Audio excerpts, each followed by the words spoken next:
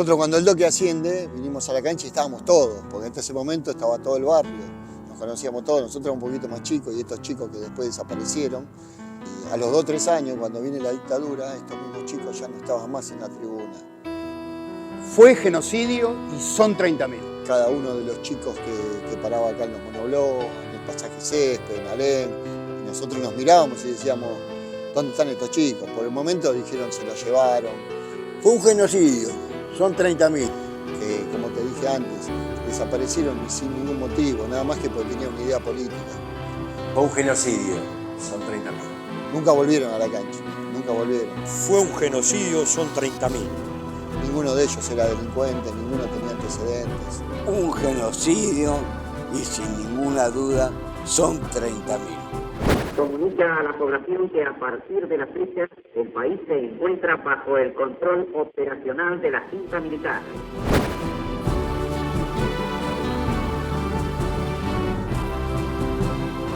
El fútbol te lleva a lugares que no se limitan al fútbol en sí mismo, sino a las condiciones por las que transitamos los que estábamos en la tribuna. En Banfield también estábamos jugando con ellos y hubo un conato, un intento de una escaramuza, ¿qué tal? Y bueno, al final no pasó nada, pero nos llevaron y estuvimos 11 días ahí en la comisaría de Banfield. Y Banfield, no sé si ustedes se acuerdan, era jodido en esa época porque ahí estaba el Pozo de Banfield y el Atlético, donde mucha gente entraba y no salía. Estamos hablando de los 70 básicamente, donde se hizo muy fuerte la militancia en los jóvenes, y eso llegaba al fútbol, y se hablaba en la tribuna, y se convivía con eso. Y bueno, gracias a Dios, ese día fue con nosotros un muchacho que no era de la banda, y la mamá paraba en una iglesia, no sé cómo se dice, iba siempre a la iglesia y conocía al cura de ahí, que era el capellán del Regimiento 3 de Infantería. Y nos soltaron después de 11 días sin ningún justificativo, nos tuvieron ahí. Y bueno, si no era por ese capellán, capaz que estábamos 10, 12 días más. No sabíamos, era muy jodido la época de la dictadura. Porque los milicos habían hecho un desastre. Los pibes ahora no saben, pero los milicos hicieron un desastre. Se robaron hasta las donaciones que hacía la gente para los soldados de las Malvinas. Los milicos hicieron un desastre acá. La gente no tenía laburo, yo te digo, yo buscaba laburo, hacías cola de una cuadra, no te llamaban nunca, y si te llamaban era una agencia de empleo, nunca estabas efectivo en ningún lado. Los militares, la verdad, se creyeron los dueños del poder en la Argentina siempre. ¿Cuántos golpes de Estado hubo? Ellos decían, no, me gusta este gobierno, que lo votó la gente, y lo echaban con las armas. Pero ¿quién carajo se piensa que son? Si están para otra cosa, están para defender a la Argentina. Vamos a decirlo como es. Entonces, de pronto usaba las armas que le daba la nación para que defiendan a la Argentina ante cualquier ataque y la usaban en contra de la gente.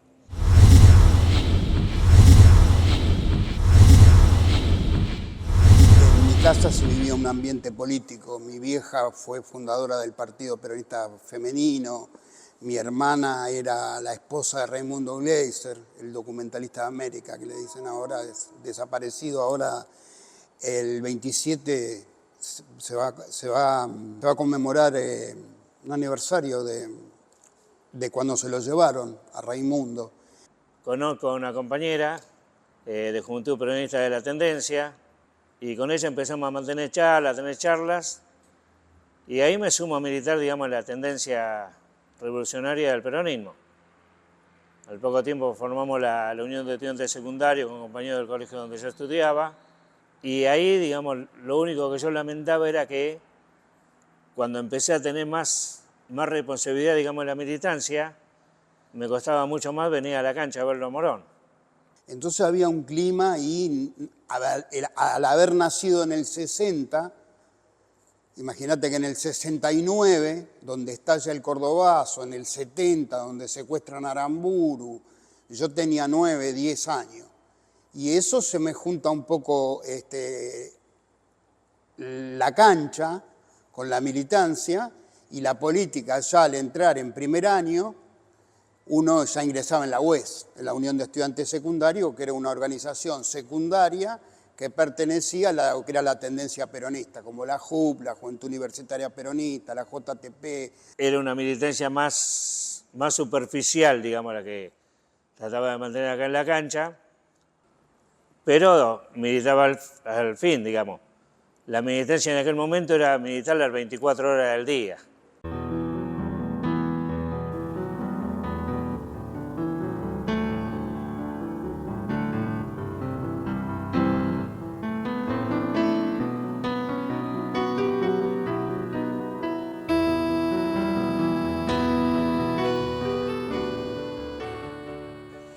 Bueno, yo te voy a contar lo del 81, que eso fue el 24 de octubre de 1981.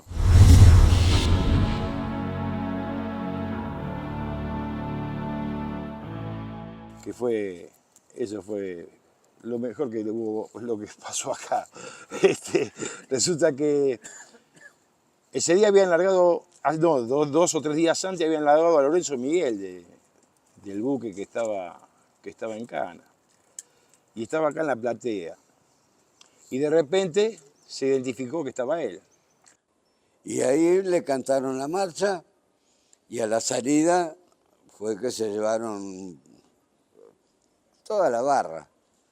Entonces, toda la cancha, empezamos nosotros, que era allá enfrente, que era la tribuna de madera, empezamos a cantar la marcha peronista. Y enseguida se enganchó toda la cancha a cantar la marcha peronista.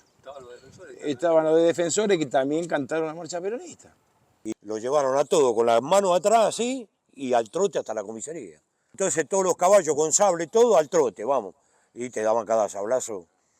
Siempre fue verdugueada la hinchada de Chicago, siempre por ser peronista. Agarramos y ya vimos que venían más milicos, que cada vez venían más milicos, esto acá, o se pudre todo o salimos caminando. Y bueno, fue así. Termina el partido, cuando salimos termina el partido, todo lleno de caballo y sablazo y meta sablazo y todo contra la pared, y dale contra la pared y todo contra la pared y todo meta machetazo y dale, dale y dale. Y bueno, todos saliendo en fila y corriendo, bueno. Yo traté de zafé en el pabellón 4, que me metía dentro una señora, de 4-1, que me metieron para adentro. Y hubo muchachos que no pudieron zafar, que lamentablemente estuvieron presos, y estuvieron presos 30 días. Pero lo lindo del caso fue que a la otra semana, no me acuerdo si jugaba con Albois, allá en Floresta. Y cuando volvíamos con los micros, paramos frente a la 42 y le cantamos el arroz con leche. Se querían matar. Salió hasta, mirá, ¿sabés quién lo hizo? Caloy con Clemente.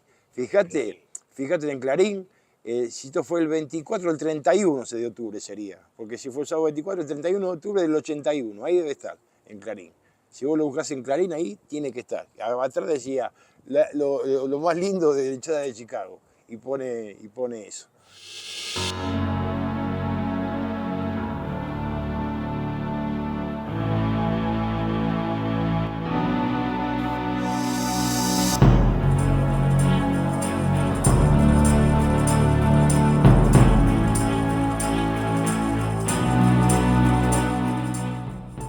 Me parece muy interesante estar adelante de este mural que está en un estadio de fútbol. Por acá pasan las hinchadas, ¿no? Cuando se juega el partido, en este caso el ascenso, en este caso el Club Morón. Y como un estudioso de la comunicación me resulta muy interesante que haya un mural de estas características acá. Dicen que hay tres tipos de comunicación, ¿no? Líquido, sólido y gaseoso. ¿En qué sentido? Y que este mural, con la historia, con la historia viva de nuestro pueblo, como los grandes monumentos, etc., son una historia sólida. Después tenés la de un periódico, la de la tele, que yo puede ser líquida, y después tenés la gaseosa, que es la de las plataformas, que las ves y te pasan, se te desaparecen, ¿viste? Pero reforzar la memoria de nuestro pueblo con este tipo de intervenciones a mí me parece vital, genial. Así que estoy muy contento de que esta entrevista se haga acá, delante de este mural de derechos humanos en un estadio de fútbol.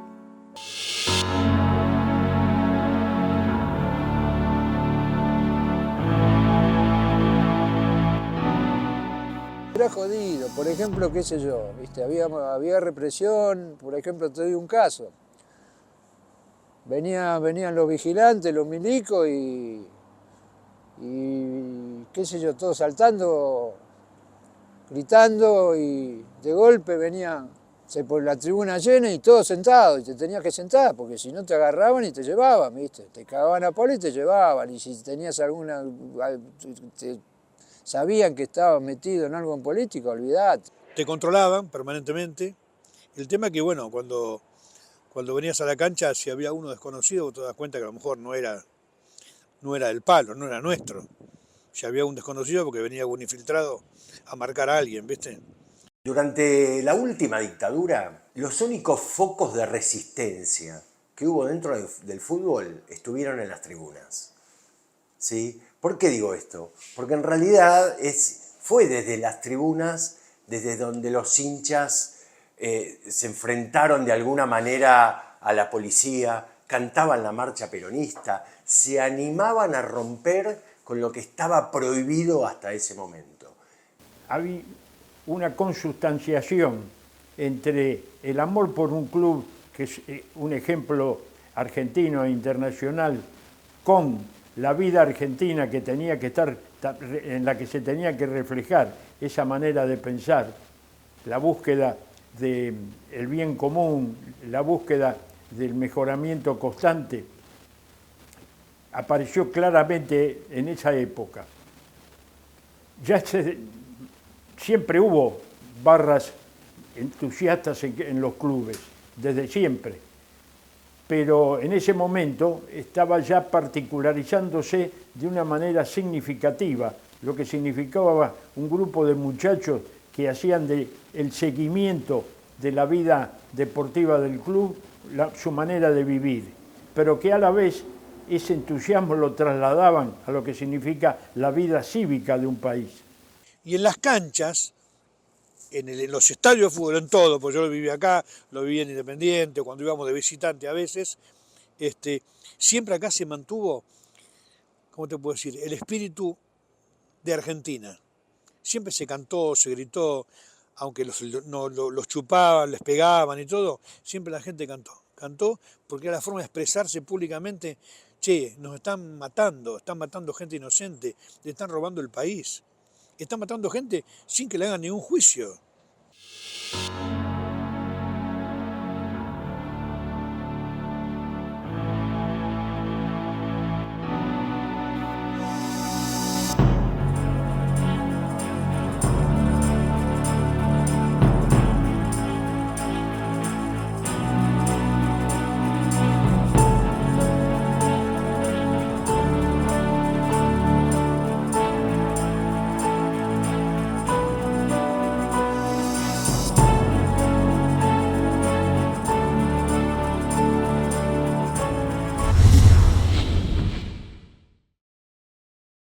El problema es que esos chicos pensaban y el problema era sacar, era gente que razonaba y que pensaba y no querían gente que piense. Cuanto la gente menos piensa es cuando vota peor. Esa gente quería una Argentina próspera, una Argentina creciente y bueno, eliminaron así. Era la imposibilidad de preguntarnos cosas, de plantear algunas cosas, un ambiente que era casi irrespirable. Acordate, prohibían libros, prohibían canciones. Había un ambiente muy represivo. Se quemaban libros.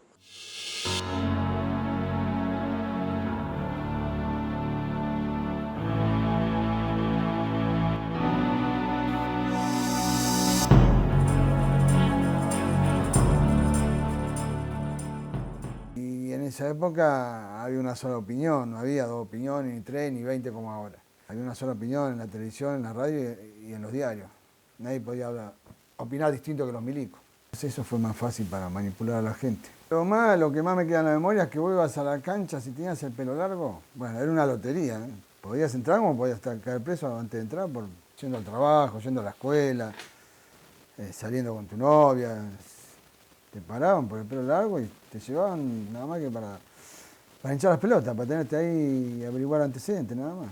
Trabajaba en la acevería Julio, en Alsina y Mitre.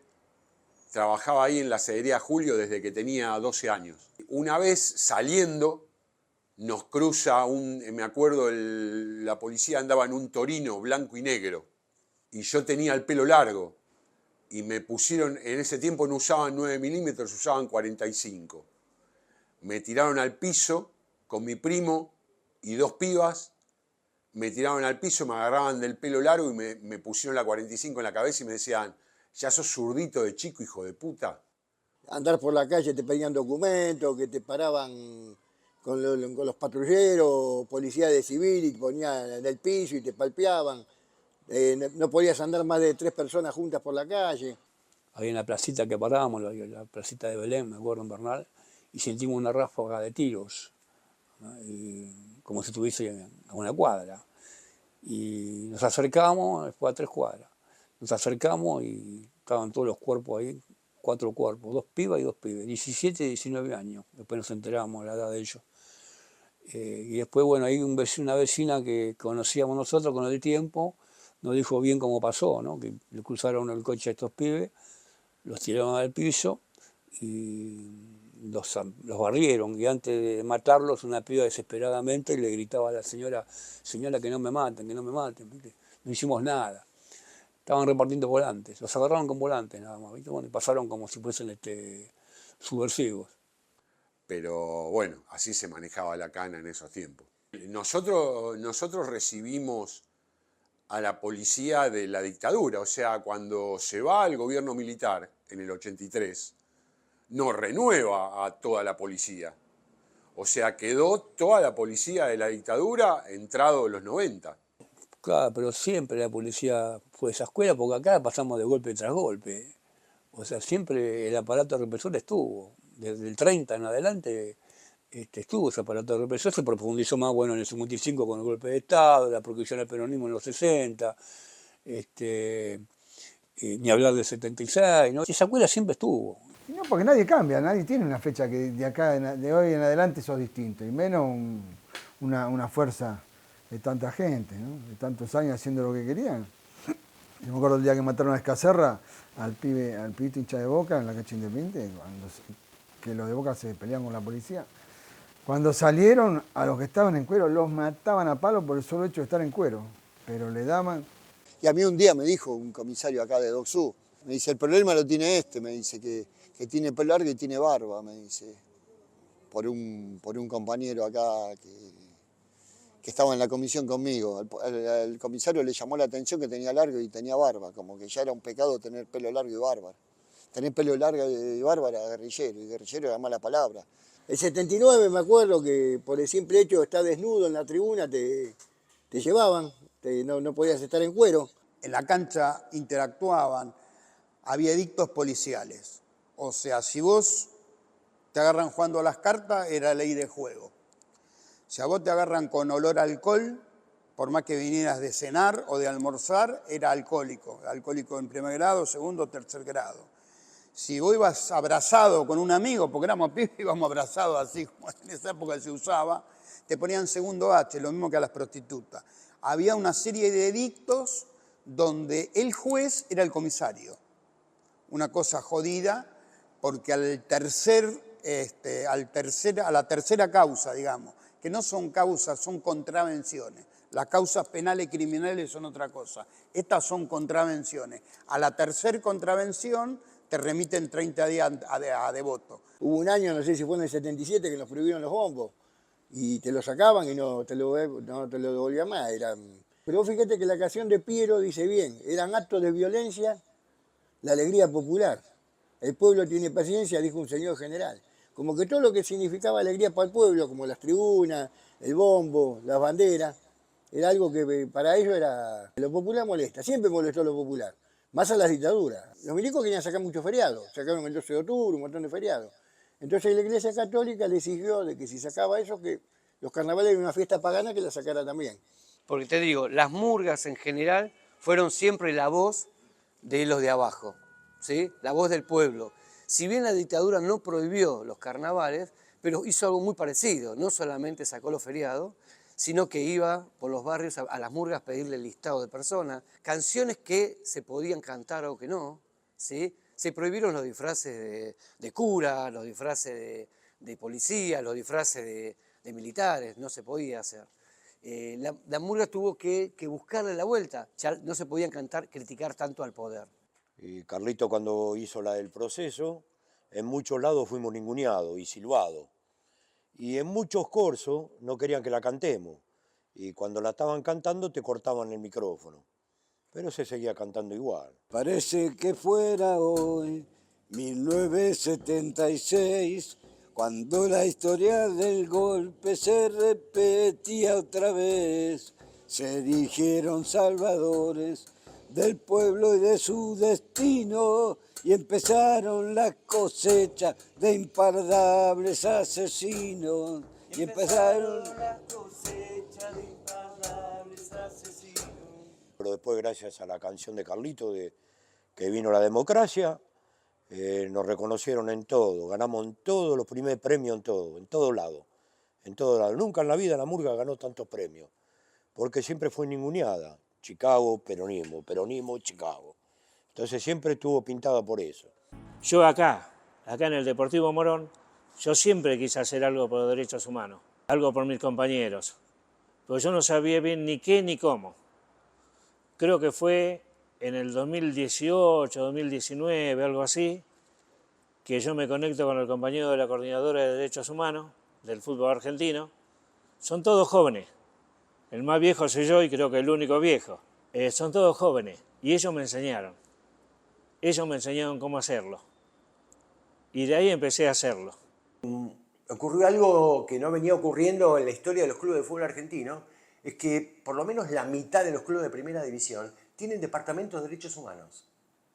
Que es maravilloso, que es extraordinario, que cultura, deportes amateurs, educación y demás tenga una subcomisión de derechos humanos. Como podrán ver, Morón Tigre.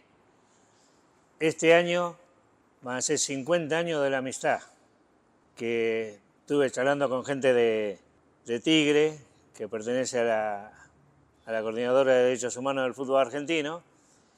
Trajo acá al Gorki Grana, al CERE, un centro clandestino de tortura y de exterminio, perteneciente a Fuerza Aérea. Trajo casi 100 pibes de colegios secundarios. Las acciones que más repercusión tuvieron en los últimos años fueron todos los clubes que les entregaron los carnets de socios a sus socios desaparecidos.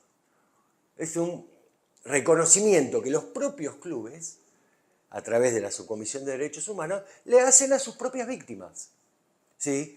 Lo hizo Racing, lo hizo Ferro, lo hizo Banfield, lo hizo Argentinos Juniors, Rosario Central, Boca, River lo hicieron, y hay clubes que todavía está pendiente, Independiente, San Lorenzo, bueno, y otros clubes. Creo que eran 2 representantes por cada centro de estudiantes de colegio de Tigre. Así que vinieron prácticamente 50 colegios a hacer una visita a Mansión Seré, donde hicieron toda una visita guiada y se terminó una charla que yo mantuve con todos los pibes contando mi experiencia, mi historia de vida, ¿no es cierto? Independiente tiene socios desaparecidos, según una cuenta que llevamos con un grupo de compañeros que estamos trabajando el tema, andamos por los 40. Claro, y después tenemos, exactamente, un atleta que es Miguel Sánchez. Hace poco, este fin de semana pasado, se corrió en Italia la Corsa di Miguel, que es la carrera de Miguel en Roma. Una carrera en la que participaron miles de personas, terminó en el Estadio Olímpico de Roma. No sé la movilización que fue, el homenaje. El homenaje que le hicieron a Miguel Sánchez, que le hacen todos los años en Roma, y era un atleta federado por Independiente. Era bancario, exactamente, era poeta, le gustaba escribir, vivía en Berazategui, y también tenía militancia, como bueno, muchos durante esos años. Participó de la San Silvestre, digo, era un atleta muy reconocido.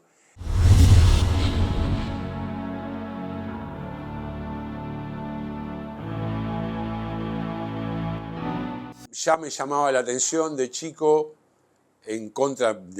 por hacerle la contra a mi papá. Mi papá era totalmente antiperonista, era radical. Lo que pasaba en la cancha cuando cantaban la marcha peronista. Yo, cuando empiezan a cantar la marcha, me le escapo a mi papá, me voy y me quedo metido ahí entre medio de la barra y la gente se abrió y la cana empezó a subir, a repartir palazos para que se callen. Entonces, en la cancha era motivo de que nosotros sabíamos que cantar la marcha peronista era una forma de resistirse, de rebeldía, como te dije en otro momento, rebeldía. De esa forma se resistía. Sí, las tribunas de las canchas de fútbol durante la dictadura fueron focos de rebeldía y focos de resistencia. Bien, bueno, mientras esto ocurría en las tribunas, ¿qué pasaba en los clubes? ¿Qué pasaba con los dirigentes de los clubes? En realidad lo que ocurría con los clubes es que tenían, con los militares de la dictadura en ese momento, un vínculo fluido. River tuvo durante 20 años como socio honorario a Videla, Macera y Agosti. Los hicieron socios honorarios previo al Mundial y hasta fines de los 90 fueron socios honorarios de River. Lacoste, el hombre fuerte, el que organizó el Mundial 78, el hombre fuerte de LEAM 78, era socio honorario de River. Y había sido el tipo que lo había apretado al Pato Filiol con un arma arriba del escritorio para que el Pato Filiol renueve un contrato porque venía con muchas discusiones con el Aragón Cabrera, que era el presidente de ese momento, que renuevo, que sí, que pedía mucha guita, que pedía poco, y en medio de esa negociación intervino Lacoste y lo apretó con un arma arriba del escritorio. Bueno, ese tipo era presidente honorario de River. ¿Qué rescata este mural, no? Rescata a detenidos desaparecidos durante la última dictadura militar, luchadores sociales, cuenta quiénes eran, ¿no? Néstor, el chino, delegado del sindicato de calzado, taxista, jugador de las divisiones inferiores, militante. Del Negro de Marchi también, militante popular, periodista, un colega desaparecido del Cronista. Y así contar la historia de quiénes eran cada uno de nosotros, frente también a algo muy característico de estos tiempos también, y muy miserable, de estar, por ejemplo, negando el número de desaparecidos de la última dictadura militar, cívico-militar. Porque atrás de cada una de estas personas había un vecino, había un militante, había un compañero solidario, había también una pareja, había hijos, había madres, había tíos, había primos. Las víctimas de la última dictadura fuimos todos y todas. Nosotros cuando el Doque asciende, vinimos a la cancha y estábamos todos, porque hasta ese momento estaba todo el barrio, nos conocíamos todos, nosotros éramos un poquito más chicos y estos chicos que después desaparecieron eran un poquito más grandes que nosotros. Y a los 2 o 3 años, cuando viene la dictadura, estos mismos chicos ya no estaban más en la tribuna. Bueno, era jodido, no había habeas corpus, ni juez, ni fiscal. Cuando te enganchaba la cana, por ahí estabas un día, 5 días, 10 días. Sabías cuándo entraba y no sabías cuándo salías, ¿viste? Desaparecieron sin ningún motivo, nada más que porque tenían una idea política. Ninguno de ellos era delincuente, ninguno tenía antecedentes. Y de hecho tenemos un compañero, un pibe muy jovencito, era de la JP, un día desapareció y no lo vimos nunca más. Una historia muy triste, la verdad que entre las cosas tristes de los recuerdos de mi infancia, de mi adolescencia, está eso, esos muchachos que se los llevaron y nunca volvieron. Pero era muy triste venir acá y que no esté Amarilla, que no esté el polaco Schindler, que no esté Faría. Me matan a mí, yo desaparezco. Mi cuerpo no está por ninguna parte. Mi vieja no me puede ver en el cajón, no me puede despedir, no me puede enterrar, no puede llevarme una flor en el aniversario. ¿O no? Pero vos sí.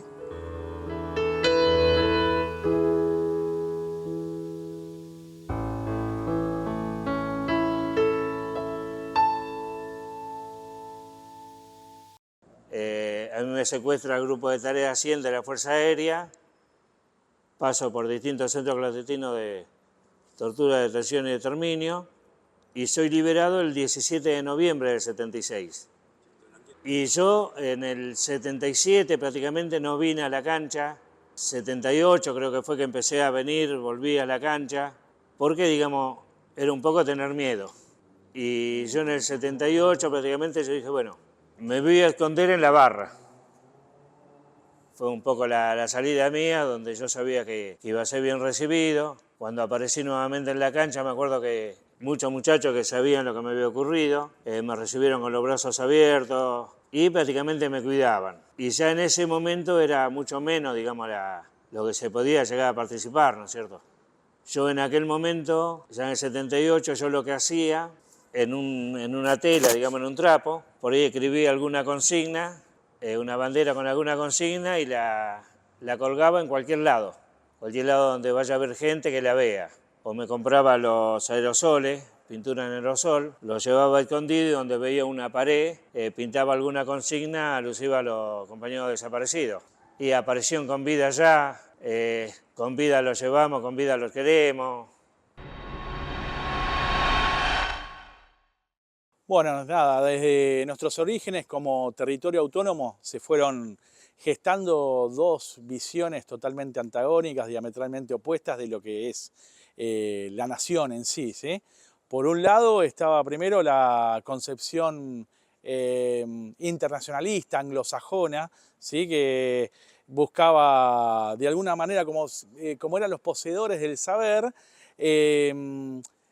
como creían ser los poseedores del saber, hacían estancamientos, ¿sí? o categorizaciones en donde se reservaban el saber, y dentro de esa línea inevitablemente tenemos que nombrar a Bernardino Rivadavia, Bartolomé Mitre, etcétera, etcétera, etcétera. Pero bueno, ya desde ese momento, desde el momento del 25 de mayo de 1810, ya esa disputa, esa forma de ver el país está presente, esa grieta, ahora se habla de grieta. Antes era pro-británico, criollos, contrabandista, siempre había un esquema. Etcétera. Y luego está la otra concepción, que es una línea más americanista, una línea más nacional, una línea que tiene más que ver con nuestro ser nacional, que eran quienes detentaban el poder, pero que hacían parte, a gran parte de la población, sí, hacían que formaran parte del juego político de alguna manera y les daban de alguna manera un lugar dentro de lo que es la vida cultural y social del país. En esa línea encontramos sin lugar a dudas la trilogía San Martín, Rosas, Perón, ¿sí? Por eso en la Argentina ha habido una línea anglosajona y una línea hispánica. La línea hispánica ha sido la que siguió con la idea independentista. La otra es la línea colonial. Moreno, fíjate cómo muere Moreno, fíjate Belgrano, San Martín en el exilio, Rosas, o sea, ¿qué pasó a lo largo de la historia con todos los verdaderos próceres, los que lucharon por nuestra liberación? O, por ejemplo, Mariano Moreno, que era, digamos, el ideólogo de una teoría nacional, incluso llegaba a hablar de un emperador de origen de los pueblos originarios, en sus escritos y sus memorias y todo, pero una conciencia nacional muy importante y peligrosa. Eso ya desde el principio está marcado, ¿eh? Si no lo comprendemos, o sea, como nación, lo vemos ahora en la actualidad. De que Milei en la actualidad, ¿a dónde se cobija? En la parte anglosajona. O sea, esa civilización occidental, entre comillas, que no sé qué construcción es. Pues no es una construcción latina, es una construcción latina o criolla. Es una construcción anglosajona completamente diferente.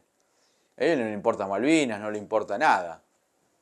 Sí, eso lo demostraron todos los que accedieron al poder. Bueno, fíjate, en su momento pasó con Macri, ahora pasa con Milei. No les importa Malvinas, por ejemplo.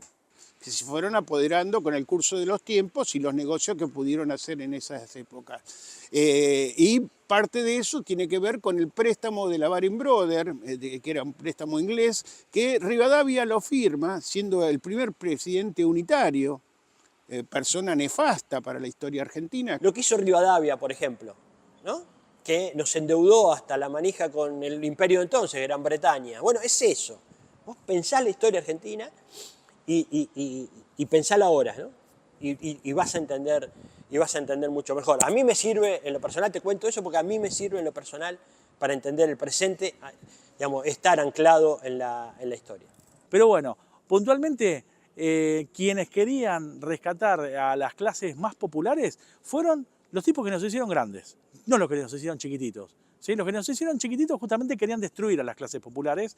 Y bueno, después viene Juan Domingo Perón, que obviamente le da lugar, que eso es lo que le molesta generalmente a la oligarquía. Para poner una elección es muy importante el aparato político, la propaganda. De la embajada de Estados Unidos, el embajador que ve en Perón un neofascista, dice: yo les voy a bancar la campaña política. ¿Y cómo nos vamos a llamar? Unión Democrática. Vamos a asistir al acto solemne de la creación de la Unión Democrática. Habla en la Asamblea el representante del Partido Comunista, don Rodolfo Scioldi. Votando por esa fórmula, el pueblo derrotará al eje nazi-fascista en la República Argentina. Eso hizo unir a la izquierda y la derecha. Y, digamos, el factotum en el que unió en todo eso era el embajador de Estados Unidos, que era Braden. Entonces, ¿cómo puede? Uno hace la historia argentina, parece curiosa, pero eso unió a la derecha y la izquierda. El Partido Comunista Socialista junto a los conservadores, junto a los radicales, para combatir al nazifascista Perón. ¿Por qué Unión Democrática? Porque ellos son unos nazis, son unos fascistas y son unos totalitarios. Y nosotros somos los demócratas, los que ponían bombas, los que después fusilaron, los que bombardearon la plaza. Puso la plata a la embajada y Perón le responde con una consigna: nosotros o ellos. ¿Cuál es la consigna de nosotros o ellos? Braden, que era el embajador, o Perón. Braden actuaba como en su casa, hacía discursos, se reunían los de la Unión Democrática y Braden le hacía un discurso. Indudablemente nosotros no podíamos dejar de aprovechar esa situación. Por eso cuando me proclamaron a mí presidente fue cuando yo dije: el pueblo tendrá que elegir o Braden o Perón. Y yo a Braden quizás le tuviera que levantar un monumento en la Argentina, fue el que más nos ayudó para ganar las elecciones, con su conducta y con su intervención abierta y descarada dentro del panorama político argentino. En tiempos donde tienden a desunirnos, donde tienden a que nos peleemos entre todos, la realidad es que tenemos que tener en cuenta aquella gesta que fue el Cordobazo, ¿sí? De fines de la década del 60, en donde estudiantes, delegados de fábricas y obreros se juntaron ¿para qué? Para pelear contra un gobierno, que era el gobierno de Onganía, que venía aplicando un método totalmente represivo. Entonces, todas estas gestas, estas luchas, tienen que servirnos para no desunirnos más, para estar unidos y para entender que la unión hace la fuerza. Quilombo que había en Los Perales, porque junto con el Cordobazo, el único que se paró fue este barrio, Los Perales.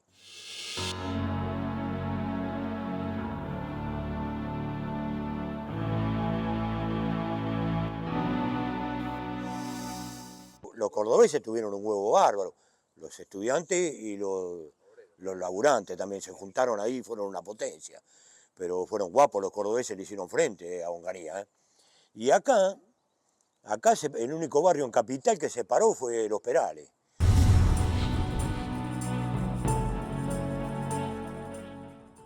Fue en adhesión al Cordobazo, y ahí participaba todo el mundo. Los milicos entraron de este lado, de acá que estaba la villita, de ese lado para allá, y fueron a bajar la bandera del mástil, porque estaba la bandera argentina y la bandera justicialista.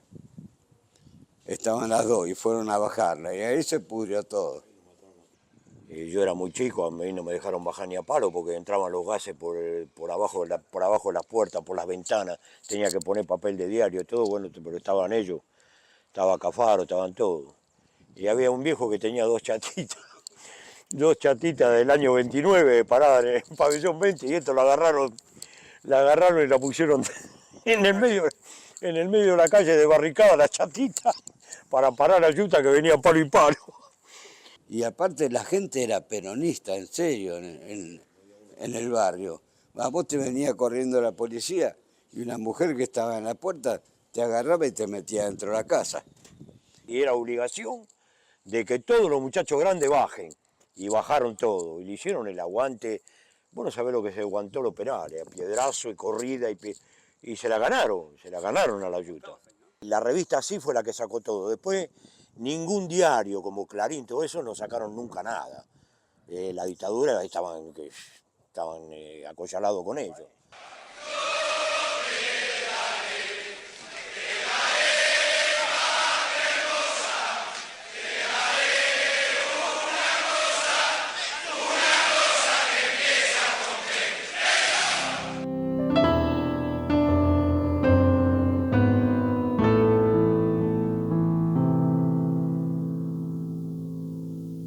Entonces, lo que se da es que Juan Domingo Perón empieza a trabajar en esa Secretaría de Trabajo y Previsión, y ahí se empiezan a dar el tema de los derechos sociales, se le empiezan a aparecer el tema del aguinaldo, las vacaciones, todas esas cuestiones que uno ahora terminan siendo algo normal y habitual en cualquier trabajador.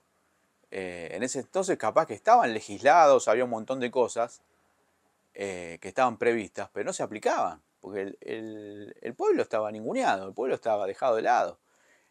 Por ejemplo, el gran problema que hubo en Mar del Plata, ¿no? Que Mar del Plata era destino turístico de la oligarquía, y cuando llegó el peronismo de repente empezó a hacer construir hoteles de sindicatos de allá, y el laburante fue para allá y realmente a la oligarquía eso no le gustó, y ahí empieza un poquitito la rispidez con lo que es con el peronismo en sí, ¿sí? No le gustó que le ocuparan lugares simbólicos a la oligarquía, nunca. Con la Fundación Eva Perón pasó lo mismo. Un hecho fundacional del peronismo que se da el 17 de octubre, donde el pueblo pide que se lo libere. Lo habían detenido a Perón en la isla de Martín García. Salió a la calle.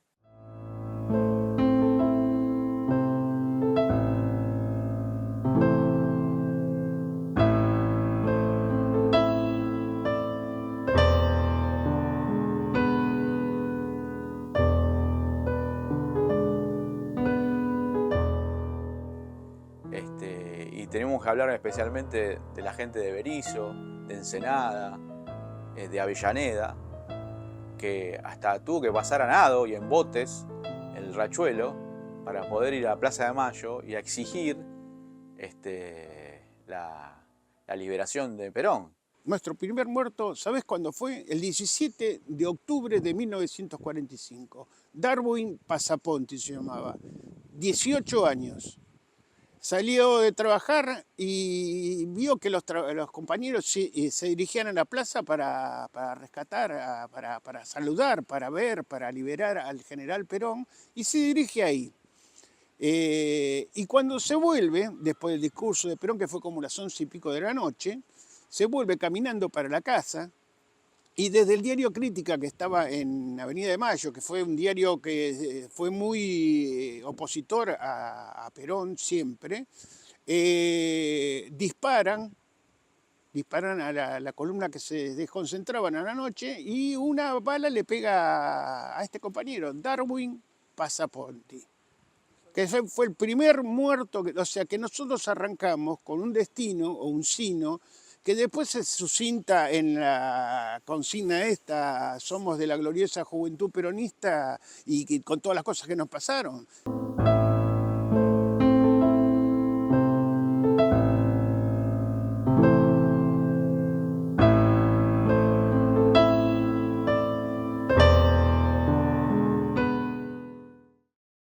La murga es inclusiva por pertenencia. Cuando en esa época el término inclusivo no se usaba, ¿sí? Porque en la murga salían todos, todas clases sociales, salía el que tenía una dificultad en el cuerpo o no la tenía, las chicas, las vedettes, ¿sí? Que eran los hombres travestidos. ¿En qué otro lugar podían salir que no fuera en una murga sin que la policía los detenga o los caiga a palo? Pero sepan bien, señores, es muy clara la intención de volver y ser millones, como dijo Eva Perón. De volver y ser millones, como dijo Eva Perón. De volver y ser millones, como dijo Eva Perón. Bueno, en la relación de Nueva Chicago, Mataderos y la murga, es importante que sepan, digamos, que en la murga, Mataderos por excelencia, había una murga que y sigue estando, que es Los Graciosos de Mataderos. Una murga que salió del año 68 al 86, y para este año espero pueda estar, digamos, sacando ese libro, recogiendo todos los testimonios, canciones. Si pierde Chicago tomo un vino para lagrimear, si gana me tomo 5 y hago lungo el festejar. No se nubla mi razón porque he nacido optimista, de Chicago y peronista, tengo lleno el corazón, hijo de la resistencia, orgulloso y sin inquina, soy de Néstor y Cristina, pasado y futuro soy. Este mural en homenaje a los veteranos de Malvinas y a los muertos que tuvimos en Malvinas, a los héroes que defendieron su vida. En Morón creo que tenemos 26 o 27, no recuerdo bien cuántos son, los que dejaron su vida en Malvinas. Todos los veteranos de guerra del partido de Morón fueron nombrados socios honorarios del Deportivo Morón. ¿Quién firma este mural? Lo firma la hinchada de Morón. También un hecho de rebeldía, ya que hoy se dice que el presidente dice que su ídola es Margaret Thatcher, es una forma, por ejemplo, también de rebeldía. Este mural también es algo de rebeldía, que la hinchada de Morón muestra esa rebeldía. Malvinas fue y es una causa nacional, es nuestra. Tengamos cuidado porque a este gobierno no le interesan ni Malvinas, ni Georgias, ni Sancho del Sur, ni tampoco le interesa la Antártida. Por eso que están trabajando para poner una base en Ushuaia, justamente una base de Estados Unidos. Así que tengamos mucho cuidado. Pero la causa nacional, Malvinas, está en el corazón de cada argentino.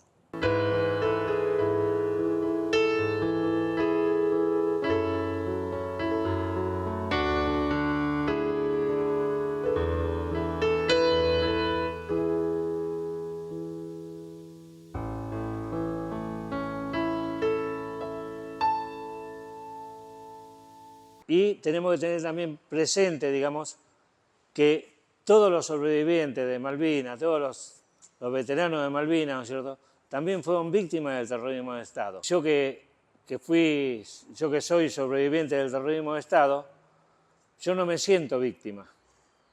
Yo no me siento víctima porque yo todo lo que yo hice, lo hice consciente. Yo sabía lo que me podía llegar a pasar, pero yo fui igual. Yo lo hice igual, ¿no es cierto? En cambio, por ejemplo, todos los compañeros, todos los veteranos de Malvinas, todos los que fueron a Malvinas, a ellos los subieron en un camión, los subieron a un barco, a un avión y los llevaron a Malvinas. Y allá en Malvinas, mientras oficiales, suboficiales comían bien, estaban bien abrigados, estos muchachos estaban sufriendo toda la penuria y estaban sufriendo todo lo que fue la tortura del terrorismo de Estado. Todavía en plena dictadura, entro al servicio militar, cumplo 18 años, entro al servicio militar y entré en febrero y en abril la guerra de Malvinas. Matan a un amigo mío, Mario García, un chico, un vecino de Morón. Lo matan en la guerra, éramos pibes que no sabíamos, digamos, obviamente no estábamos preparados para ir a una guerra, ni mucho menos, y era también una especie de manotazo ahogado de la última dictadura militar, tratando de usar ese sentimiento que todos y todas tenemos con respecto al tema de Malvinas, todo lo que significa. Así que, bueno, eso era vivir la adolescencia en la última dictadura. Lo hago en grandes pinceladas, pero después uno se puede imaginar qué era lo que pasaba en la vida cotidiana. Me tocó ir preso en Morón una vez, unos cuantos días, con un hinchada que teníamos una gran rivalidad. Y la tenemos, no nos quieren. Pero así todo, cuando llegó la comida, se ha compartido con ellos. Y hay uno lastimado, al cual pedimos que venga a atender la enfermería. No digo hinchada cuál es. Si me están escuchando hoy, saben quiénes son y saben de qué se trata. Y es un tipo que yo del hincha de Morón. No me importa. Yo te hubiese hecho, sabiendo que me odiaste 40 años después, si vuelvo para atrás en el tiempo, hubiese hecho lo mismo que hice en el año 85. Tipo lastimado, trajeron 2 parrilladas, comemos todo. ¿Está? Sin embargo, aparte de la rivalidad, una especie de empatía. Es una palabra que hoy se tiene que empezar a usar un poquito más. Ya se usa, pero se tiene que empezar a usar un poquito más. Y de ser solidario con el otro. El enemigo real era la policía. Entonces la hinchada de Racing primero empezó a gritar, no cabe duda, la hinchada de los rojos es la hinchada más boluda cuando hubo una escaramuza. Ahora cuando vieron que la policía le pegaba a todo el mundo, empezó a gritar pegue, pegue, pegue, rojo, pegue, se escuchaba en toda la cancha. Pegue, pegue, pegue, rojo, pegue. Había una solidaridad entre el hincha de Racing y el hincha independiente cuando había que pelearse con el enemigo real, estamos hablando. Tremendo. Me acuerdo de esa vuelta que te estaba contando con Tigre, que estábamos festejando aquí en Pavón, las 2 hinchadas juntas, porque éramos amigas y se estaba terminando la dictadura. Y ellos estaban, viste, como que, claro, se terminaba la dictadura, te querían dar los últimos palazos. Y me acuerdo que como acto de rebeldía, las 2 hinchadas juntas cantamos la marcha peronista. Aunque no sean la mayoría peronistas, pero un acto de rebeldía. Cuando había algún quilombo con la policía, enseguida se cantaba la marcha peronista porque era como un acto de rebeldía, ¿no? Fue una época la verdad que fue una época de mierda. Porque siempre estabas con el culo en la mano que te iban a meter en cana por cualquier cosa. Más que nada yendo a la cancha o saliendo a la cancha, porque en la tribuna más o menos, qué sé yo, uno es un poco anónimo también. Siempre voy a estar. Si bien están reprimiendo a una barra, a la que fuera, siempre salía a repudiarlo. Contame qué pasó con la Puerta 12.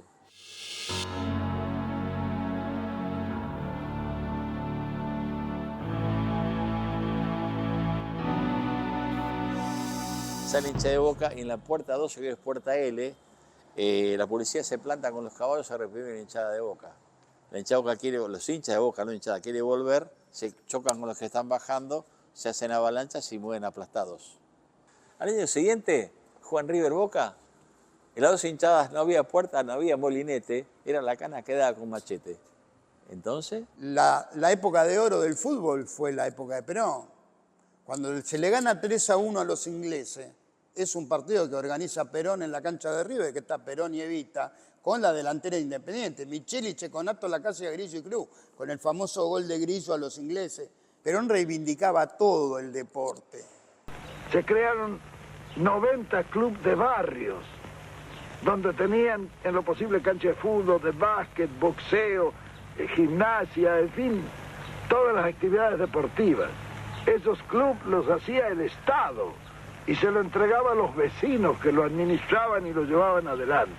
Y los terminaban manejando los propios vecinos del barrio. Todavía quedan muchos clubes de barrio de eso, donde hoy el gobierno los va a ahogar porque lo que le cobra de luz, lo que le cobra de agua por los metros cuadrados, no le ponen los medidores ahí.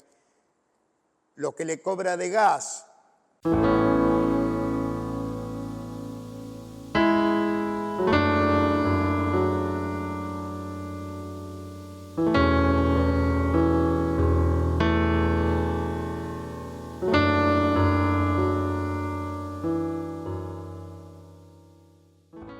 Pero a partir del peronismo se transforma en una visión, se empieza a apoyar al deporte en la parte de alto rendimiento, en la parte de ocio y esparcimiento, y también la cuestión que podemos denominar de educación y de salud.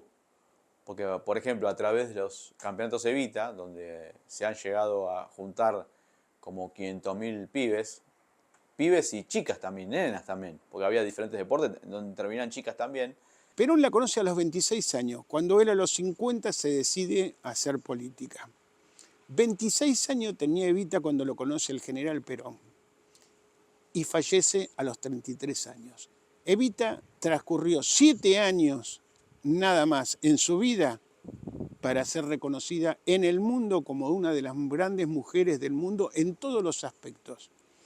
Fue la mejor modelo de Christian Dior, que le hacía los vestidos exclusivamente para ella y era su mejor modelo, como lo dijo, y era la que se juntaba con los cabecitas en medio de una mina de Río Turbio, todos sucios y ellas estando ahí. Y el hombre que creaba se ha transformado en el hombre que destruye. Así, únicamente así se explica, pero no se perdona, que los niños, que son la ternura, la humana sencillez, y son pequeños, hayan sido olvidados hasta hace pocos años, aún en nuestro país. Pero un día, una voz nueva, con un mensaje redentor, proclamó lo que hasta entonces nadie había escuchado jamás. En la Argentina, los únicos privilegiados son los niños. Era la voz y era el corazón de nuestro gran presidente, de nuestro querido general Perón.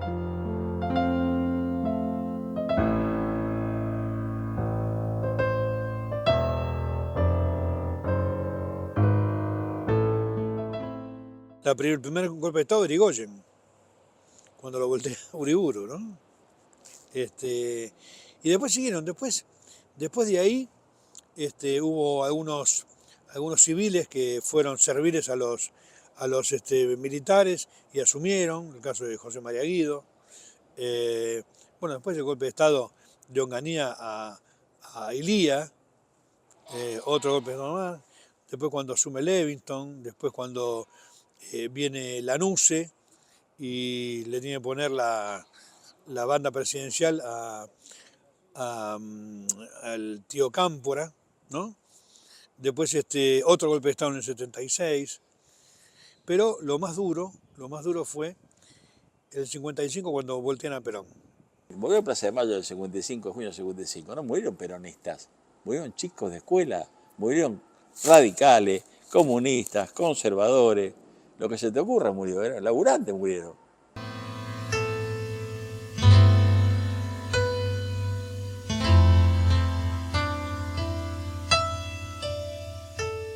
A ver si dimensionamos y entendemos.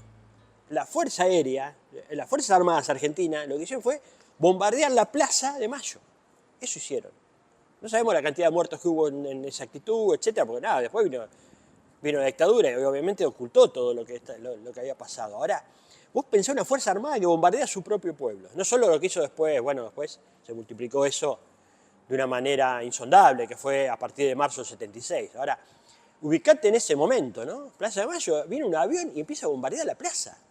Una masacre que se ha visto en pocos países del mundo, que a cielo abierto su propio ejército bombardea a su propio pueblo. Porque nosotros estamos viendo lo que pasa en Palestina. Sí, es verdad, es una aberración. Todos estamos en contra de lo que está pasando en Palestina. Pero es un ejército de un país que está bombardeando a otro pueblo. Este fue el ejército del propio país bombardeando al propio pueblo. Era preferible ceder. Yo por mí no quería llevar a la República a una guerra civil ni a una lucha cruenta. Han pasado casi 13 años desde ese momento. Indudablemente que el tiempo me ha hecho cambiar de opinión. Hoy creo que cometí un grave error.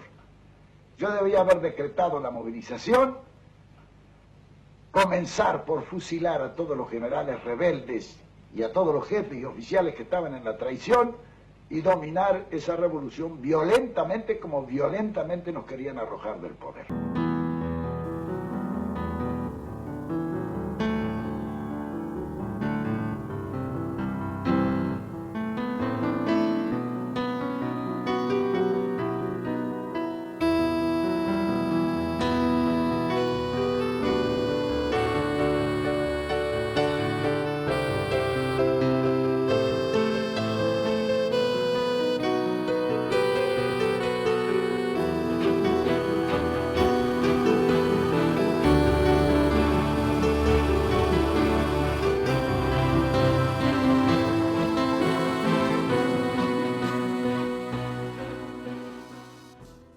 Y eso fue pergeñado por Isaac Rojas, Aramburu, y hay un detalle muy marcado que viene a cuento con esa cuestión histórica que estamos hablando, esos aviones de la Armada eran abastecidos en alta mar por la Royal Navy, o sea, por los ingleses. Por esa parte, como que de esto no hablemos. No, papá, contame todo. Contame todo. Y si querés mostrar la historia, cuando hablas del peronismo, hablame de la Semana Trágica, que hicieron cuando iba la gente llevando los ataúdes a pulso hasta la Chacarita, con los familiares, que hicieron en la Patagonia Rebelde, que hicieron con Quebracho, que hicieron en el Senado de la Nación cuando mataron a un senador. Cuenten toda esta historia, antes que llegue Perón, toda contala. Déjame, el cadáver de Evita, los fusilamientos, ahí la caseta de los compañeros muertos, los desaparecidos, no nos han vencido. Vos, por ejemplo, el Partido Socialista, el Partido Comunista, Demócratas Cristianos, partidos conservadores, el Partido Radical, se unieron para combatir el peronismo.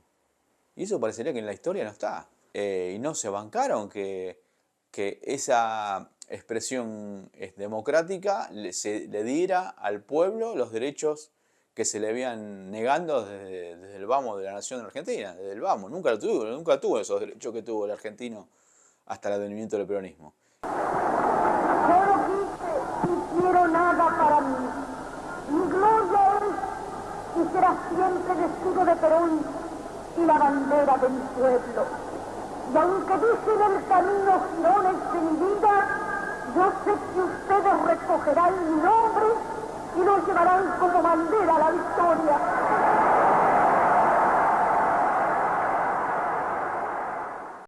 Ahí la grieta en el año 51, un comunista, un radical y un desarrollista ponen una bomba en un acto y matan 20 personas y muchos quedan heridos. Perón termina de hablar y va al Argerich a visitarlo. Y quedan lesionadas como más de 100. Eso mucho no se habla, por ejemplo. Y parte de uno de esos comandos es el ministro Carranza, un ministro de la época de Alfonsín, que ahora lleva la estación la estación de subte, pasando Palermo, es estación ministro Carranza. Y él fue responsable de eso. Hay una reivindicación. ¿Qué dirían si yo a una reivindicación como Bartolomé Mitre, que también es una estación, le pongo Mario Roberto Santucho? ¿Qué diría hoy Feynman, el otro de gordito, el hijo de Mauro Viale? ¿Qué dirían si yo le pongo Norma Rostito a una estación? Otra de las cuestiones que se le achaca al peronismo es el surgimiento de la Villa Miseria, pero eso en realidad es una falacia, es una mentira, porque en realidad las villas miserias nacen a partir con la caída de la bolsa de Wall Street en 1929 e inclusive con la crisis del modelo agroexportador 15 años antes del surgimiento de lo que fue el justicialismo, el peronismo o el Partido Laborista. Así que bueno, nada, hay un montón de cuestiones para desmitificar respecto al peronismo, ¿sí? a todos los males de la sociedad, todo lo que le pasa a la sociedad es culpa del peronismo. ¿Sí? Puntualmente las villas miserias, los barrios de emergencia, los barrios carenciados, surgen a partir de la década, principio de la década del 30, ¿sí? Donde muchas personas del interior, muchos correntinos, mucha gente del Chaco, mucha gente de Formosa, mucha gente de Santiago del Estero, viene a la gran ciudad o a las grandes ciudades, accede ¿para qué? Para conseguir un trabajo. ¿Por qué? Porque el campo estaba devastado, porque ya no había mucha producción. Y ahí es donde van recalando a donde pueden. Y así se van formando los barrios carenciados. Pero de ninguna manera surgen durante la época del peronismo. Eso es una falacia, es una mentira que hay que recordarlo día a día en las escuelas. ¿Por qué? Porque está muy enquistado en la sociedad en general. Ya en el 82, después del servicio militar, me empecé a integrar a algunas movilizaciones y formé parte del movimiento Juventudes Políticas, donde militantes de distintos sectores políticos nos juntábamos y tratábamos de hacer algunos trabajos conjuntos, por ejemplo, algunos eventos solidarios.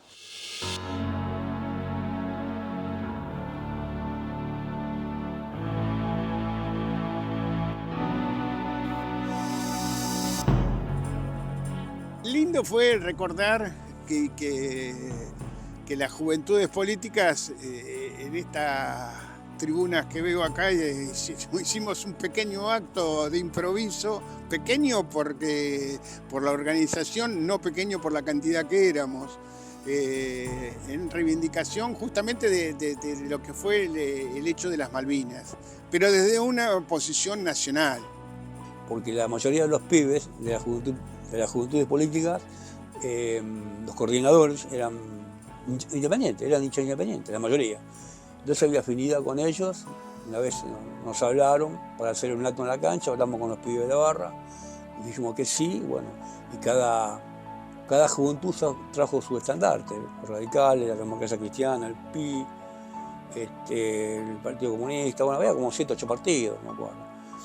Y nosotros con la barra independiente atrás de la cancha, adentro de la cancha teníamos la bandera que decía Juventud Peronista y una bandera de 50 metros, atrás del arco estaba. Bueno, se terminó cantando la marcha peronista, quemando una bandera inglesa.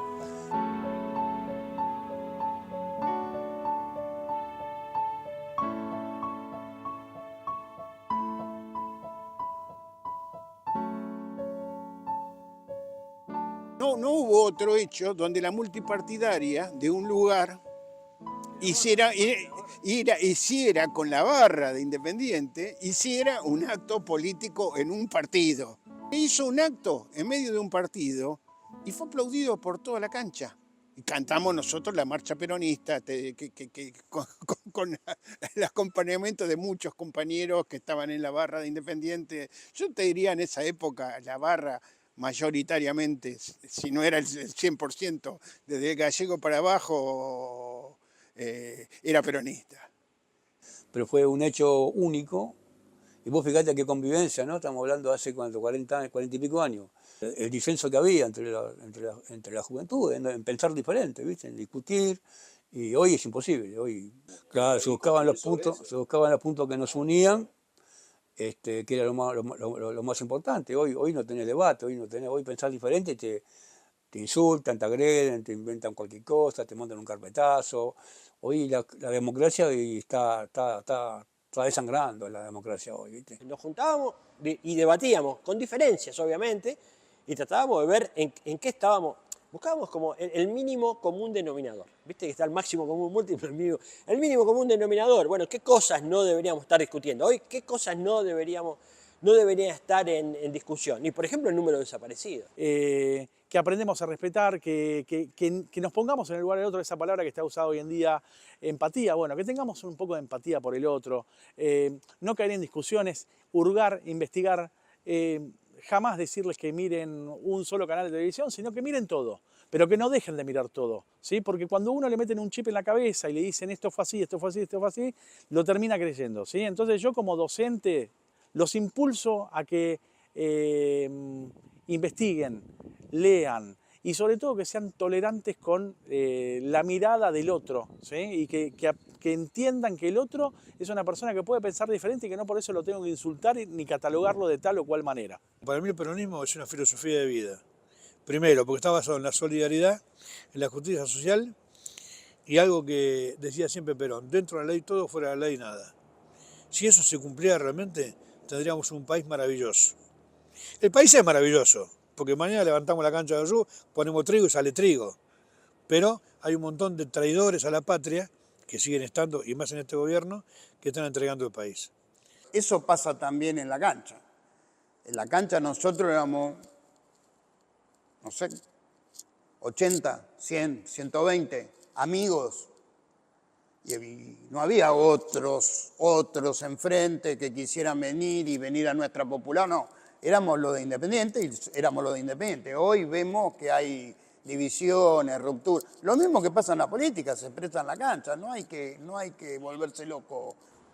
Y la lucha es continua, en los clubes y en la sociedad, en cada marcha de los jubilados y en cada partido de fútbol, en cada fábrica que se cierra, en todo laburante, tipo que se queda sin trabajo. No hay nada que se compare con Docsú, el sentido de solidaridad que tiene la gente. Como dije antes, solidaridad, amistad, confraternidad, cada club, cada esquina. Quemamos una bandera inglesa una vez. Sacamos una bandera inglesa y la quemamos. Y otra vez en un partido con Unión Española, También me acuerdo que entramos gritando Pinochet, Pinochet, Pinochet, Pinochet, queremos una cabeza y pensamos en usted.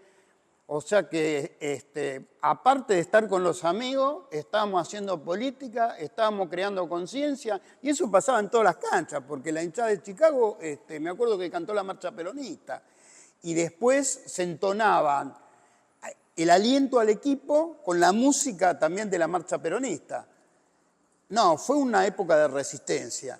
Y sobre este muchacho que habla de que las barras de la dictadura, me parece que se equivocó completamente, porque creo que todas las hinchadas cantaban la marcha peronista, nosotros por lo menos cantábamos la marcha peronista. Lo único que no vi fue una hinchada sola que no tenía una bandera peronista, lo único, que no es para decirlo tampoco, no tiene nada que ver, pero eran también democráticos, nada que ver.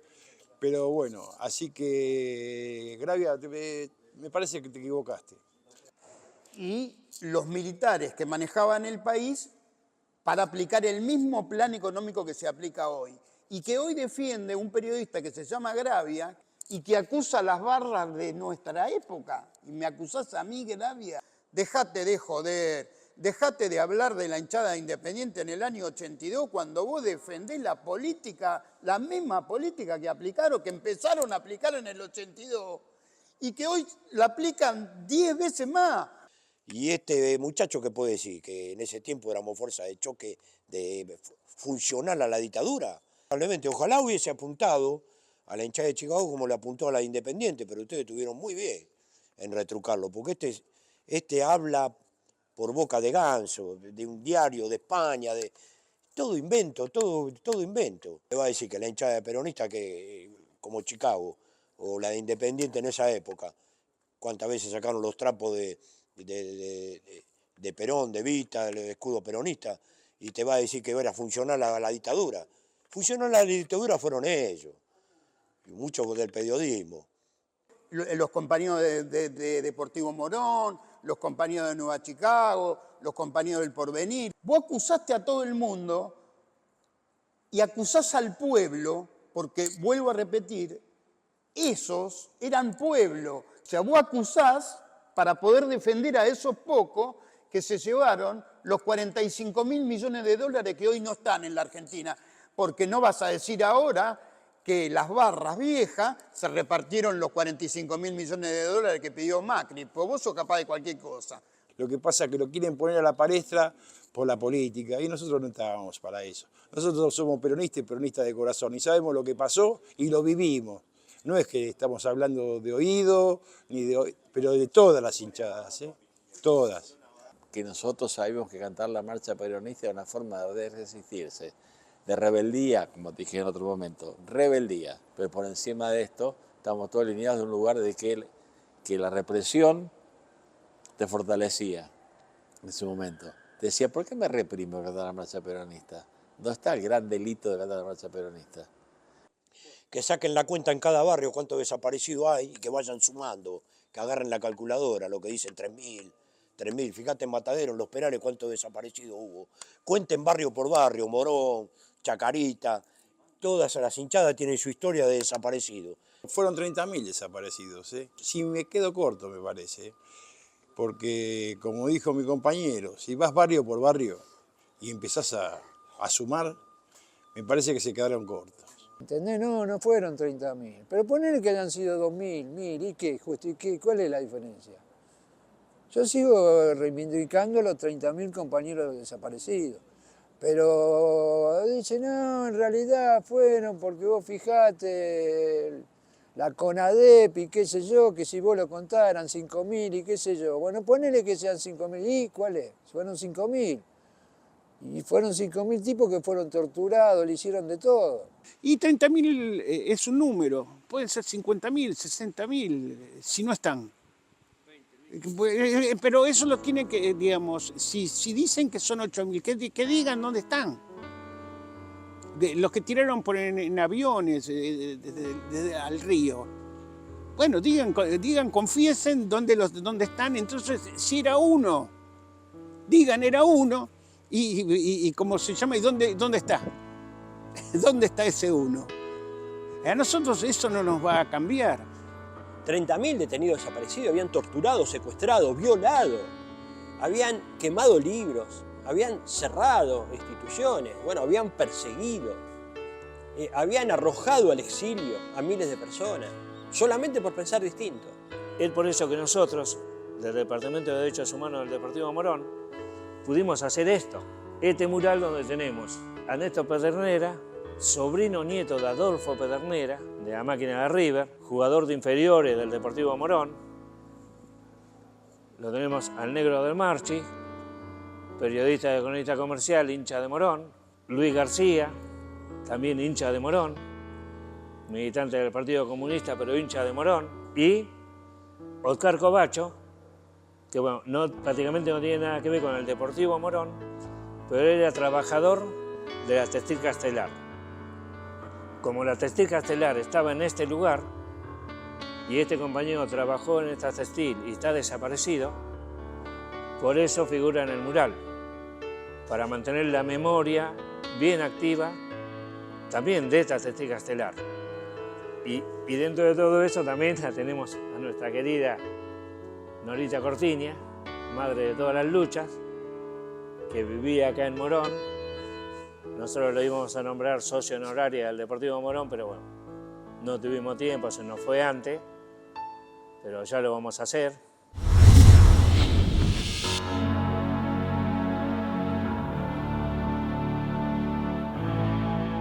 Fue genocidio y son 30.000. Fueron 30.000. Fue un genocidio, son 30.000. Fue un genocidio, son 30.000. ¿Fue un genocidio? Son 30.000. Fue un genocidio, fueron 30.000 desaparecidos. Fue un genocidio, son 30.000. Fue un genocidio, fueron 30.000. Fue un genocidio, son 30.000. Aunque haya sido uno, era mucho, pero fueron 30.000. Un genocidio y sin ninguna duda son 30.000.